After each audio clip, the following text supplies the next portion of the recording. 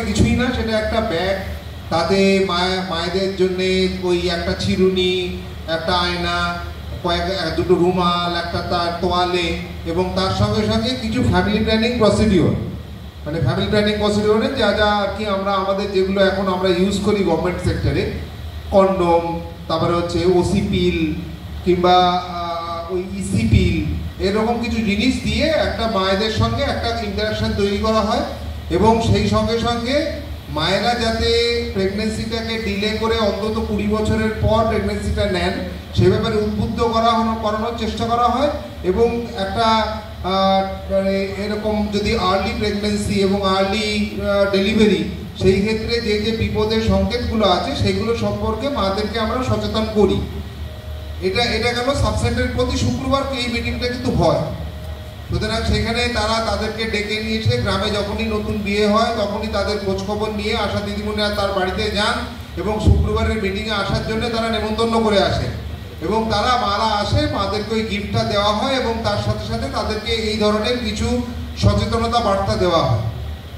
আর একটা জিনিস সেটা হচ্ছে যে একটু আগে ম্যাডাম যেটা বলছিলেন স্কুল লেভেলে প্রচার, সেটা হচ্ছে আমাদের যে মানে স্কুল হেলথের যে টিম আছে সেই টিমের মধ্যে আমাদের 2জন করে মেডিকেল অফিসার থাকেন আর ওই একজন অন্বেষা ক্লিনিকের যিনি কাউন্সিলর আছেন তিনি থাকেন।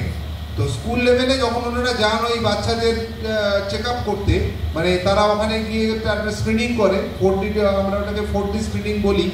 তো তার বাচ্চার কোনো পুষ্টির অভাব হচ্ছে কিনা, কোনো রোগ ব্যাধি আছে কিনা, কিংবা কোনো জন্মগত কোনো ডিফর্মিটি আছে কিনা, যদি থেকে থাকে তার ব্যবস্থা করা।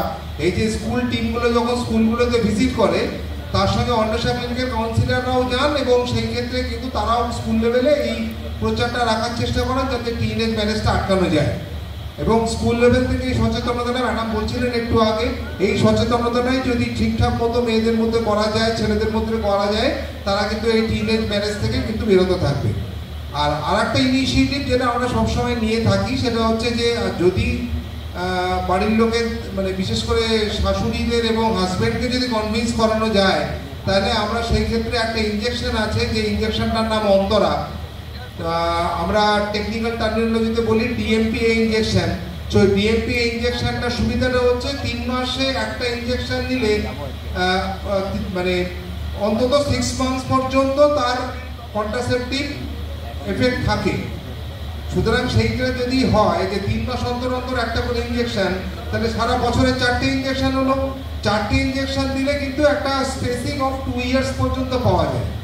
তো এটার জন্যে মাদেরকে একটু আমরা প্রথমে মানে সাবসেন্টার লেভেল থেকে প্রথমে কাপলকে, মানে যারা হাজব্যান্ড এবং ওয়াইফ দুজনকে কনভিন্স করানোর চেষ্টা করা হয় এবং তারপরে বাড়ির লোকেরা যদি কোনো কারণে তারা যদি সে ব্যাপারে দ্বিমত প্রকাশ করে তখন তারা মানে তাদেরকেও বাড়িতে গিয়ে কাউন্সেলিং করা হয় যাতে তারা এই ডিএমপি ইঞ্জেকশনটা নেয়। এবং অন্তরায় হচ্ছে কিন্তু এখনকার সময়ে সুবিধাটা একটাই, সেটা হচ্ছে এই পুরো কন্ট্রাসেপটিভ প্রসিডিওরটা আমার যে স্বাস্থ্যকর্মী রয়েছে স্বাস্থ্যকর্মীর হাতে থাকে। অন্য সময় কি হলো, ওসি পিল আমরা দিয়ে দিলে মা খেলো কি খেলো না সেটা নিয়ে কিন্তু মানে আমরা ডাইরেক্ট সুপারভিশনটা করতে পারি না। কিন্তু যে মা একবার অন্তরা ইঞ্জেকশন নিতে শুরু করলো, সে তার একটা ওই হয়তো 18 বছর বিয়ে কিংবা 17 বছর বয়সে বিয়ে হয়েছে, 20 বছর বয়সে গিয়ে প্রেগনেন্সিটা নেওয়ানোর জন্যে তার মানে তার ডিলে করতে হবে প্রায় 3 বছর। এই 3 বছরের পিরিয়ডটা অন্তরা ইঞ্জেকশন দিয়ে যদি আমরা কভার করতে পারি তাহলে কি হবে, সেটা হচ্ছে গিয়ে মানে ওই পুরো ব্যাপারটাই প্রসিডিওরটাই আমাদের নজরদারিতে থাকবে। যদি মা কোনো কারণে 3 মাসের মাথায় এলো না, আশা দিদিমণিরা তাকে গিয়ে আবার ডেকে নিয়ে আসার ব্যবস্থা করে। সুতরাং অন্তরা ইঞ্জেকশনটাকে আমরা প্রমোট করছি এবং এই যে জিনিসটা যে মেসেজগুলো আমরা দেওয়ার চেষ্টা করি মায়েদেরকে বিশেষ করে, সেটা হচ্ছে নাবালিকা মায়ের কী কী বিপদ। তার মধ্যে প্রথমেই দেখুন বলা আছে গর্ভবতী অবস্থায় অতিরিক্ত রক্তচাপ।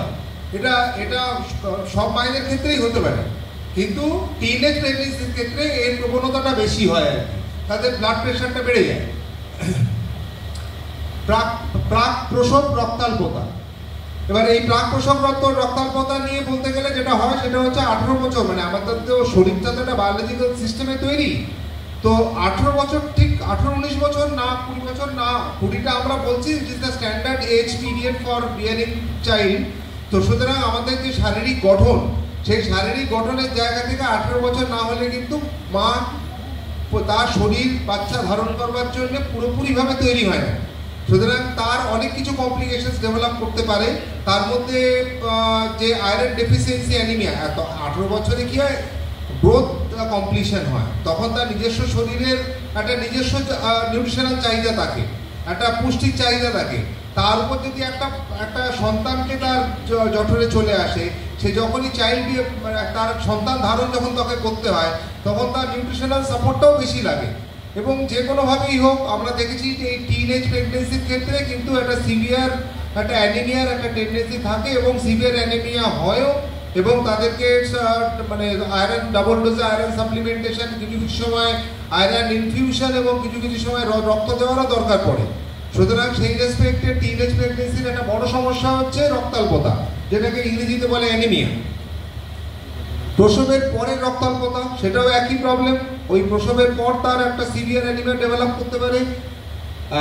এসটিডি, এইচআইভি, এটা যদিও মানে সেখানে হাজব্যান্ড, বিশেষ করে আজকের জগতে যেরকম হয়, হাজব্যান্ডদের বিভিন্ন সময় বিভিন্ন জায়গায় বাইরে কাজ করতে যেতে হয়। শুধু তাই নয়, এই যে আর্লি ম্যারেজগুলো হয়, সেগুলো বেশিরভাগ ক্ষেত্রেই স্কুল লেভেল থেকেই দেখা যাচ্ছে রিলেশনশিপ হয় এবং তারপরে সেটা বিয়েতে রূপান্তর হয়। গ্রামাঞ্চলের মধ্যে এই জিনিসটা আজকে মোবাইল এবং ইন্টারনেটের যুগে এই জিনিসটা খুব কমন। এত সোশ্যাল নেটওয়ার্কিংয়ের প্রভাবে মানে আমাদের বাচ্চা কাচ্চাদের বা আমাদের নিজেদের ঘরের বাচ্চা কাচ্চাদেরই মাথা ঠিক থাকে না। সুতরাং সেই রেসপেক্টে তারা অনেক ক্ষেত্রে জীবনে বিভিন্ন ধরনের ভুলভাল কাজকর্ম করে ফেলেন, তারই একটা প্রভাব এইটা। সুতরাং এইটা আগে অবশ্যই দেখে নিতে হবে যাতে এই ধরনের কোনো এসটিডি কিংবা এইচআইভি হওয়ার কোনো সম্ভাবনা আছে কিনা। ম্যালেরিয়া আক্রান্ত হওয়ার প্রবণতা বেশি। মেডিকেল সায়েন্স অনুযায়ী দেখা গেছে এটা যে প্রেগনেন্সি পিরিয়ডেও তাদের ম্যালেরিয়া হওয়ার প্রবণতা বেড়ে যায়। সময়ের আগে বাচ্চা জন্মাবার সম্ভাবনা এবং গর্ভপাত, মানে যে পিরিয়ড অফ কনসেপশন, যতদিন পর্যন্ত যে ওই মানে আমরা যে টোটাল পিরিয়ড অফ কনসেপশন, যতদিন মায়ের জঠরে আমরা থাকি, এই যে পিরিয়ড, এই পিরিয়ডটার ক্ষেত্রে যে নর্মাল যে পিরিয়ড অফ ডিলে, যেটা আর কি প্রেগনেন্সিটা নর্মাল পিরিয়ড অফ প্রেগনেন্সি, সেটাও কিন্তু অনেক সময় হ্যাম্পার হয় এবং বাচ্চা অনেক ক্ষেত্রে প্রিম্যাচিওর ডেলিভারি হয়, যেটা বাচ্চার পক্ষে খুবই মুশকিলের। মায়ের জটিলতা না হলেও বাচ্চার সেখানে জটিলতাটা বেশি হয়। আর প্রসব পরবর্তী ডিপ্রেশন, এটা একটা মুশকিল, কারণ যেহেতু সেই সময়টা তার মানসিক গঠনটা পূর্ণ হয় না, তার ফলে তাদের কিন্তু এই ধরনের ডিপ্রেশন হওয়ার একটা চান্স, প্রবণতা খুব বেশি দেখা যায়।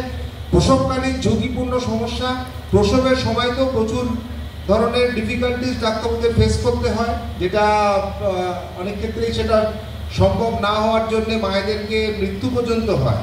সুতরাং আমাদের সর্বদা উদ্দেশ্য হচ্ছে মাতৃ মৃত্যু রোধ। একটা সন্তানকে পৃথিবীতে আনতে গিয়ে মায়ের মৃত্যু হোক, এটা কখনোই কাঙ্ক্ষিত নয়। বিশেষ করে আজকের সমাজে, যেখানে চিকিৎসা শাস্ত্র এতটা উন্নত হয়েছে, যেখানে হেলথ সিস্টেম এতটা ডেভেলপ করেছে, সেখানে একটা সন্তানের জন্মের সময় একটা মায়ের মৃত্যু, এটা কিন্তু খুবই অনাকাঙ্ক্ষিত। সর্বতভাবে আমাদের এটা কমানোর একটা চেষ্টা আমরা করে থাকি, এবং তার সঙ্গে সঙ্গে ফুসফুস ও রক্তচাপ বেড়ে যাওয়া, খিঁচুনি হওয়া বিশেষ সম্ভাবনা থাকে, ফুসফুস ও কিডনি জনিত সমস্যা। এটা গেল মায়ের। আর নেক্সট হচ্ছে বাচ্চার ক্ষেত্রে যে সমস্যাগুলো ডেভেলপ করতে থাকে, নাবালিকা মায়ের শিশুর কি কি বিপদ হয়, সেটা হচ্ছে মৃত শিশুর জন্ম, যেটাকে আমরা স্টিল বার্থ বলি। মানে অনেক ক্ষেত্রেই দেখা যায় যে মায়ের জঠরেই শিশুর মৃত্যু হয় এবং মৃত শিশুর প্রসব হয়। প্রিম্যাচিওর শিশু, একটু আগে বলছিলাম, মানে পূর্ণ সময়ের আগেই বাচ্চা জন্মাচ্ছে এবং কম ওজনের শিশু, মস্তিষ্ক দেহের অসম্পূর্ণ বিকাশ, ডায়াবেটিস ও হৃদরোগে আক্রান্ত হওয়ার সম্ভাবনা, বুদ্ধির বিকাশ ব্যাহত হওয়া, আচরণগত ত্রুটি, এবং একটা আজকের সময় যেটা দেখা যাচ্ছে যে অটিজম স্পেকট্রাম ডিসঅর্ডার, এই জিনিসটা কিন্তু ধীরে ধীরে বৃদ্ধিপ্রাপ্ত হচ্ছে, বিশেষ করে এইসব টিনেজ প্রেগনেন্সি থেকে যে বাচ্চা জন্মাচ্ছে তাদের ক্ষেত্রে। সুতরাং এই জায়গাটাও একটা চিন্তার বিষয় আমাদের আজকের সমাজে। আর জীবনে অসফলতা ও বেকারত্ব, তাদের বুদ্ধিমত্তার প্রকাশ যেহেতু হয় না, বা ভবিষ্যৎ জীবনে তাদের ওই বুদ্ধির বিকাশ ঠিক মতো না হওয়ার কারণে এই ধরনের কিছু সমস্যা দেখা যায়, জীবনে অসফলতা ও বেকারত্ব। সুতরাং ওটা আরও সামনের বছরগুলোতে আমরা আরও ভালো এর মানেটা আরও সামনের বছরগুলোতে আরও ভালো বুঝবো। তো আমরা যেসব প্রচারগুলো করে থাকি, তার মধ্যে একটা প্রচার একটু জাস্ট আজকে যেহেতু মিটিংয়ে আপনাদের সুযোগ পেয়ে একটু জাস্ট শোনাবো। Next slide.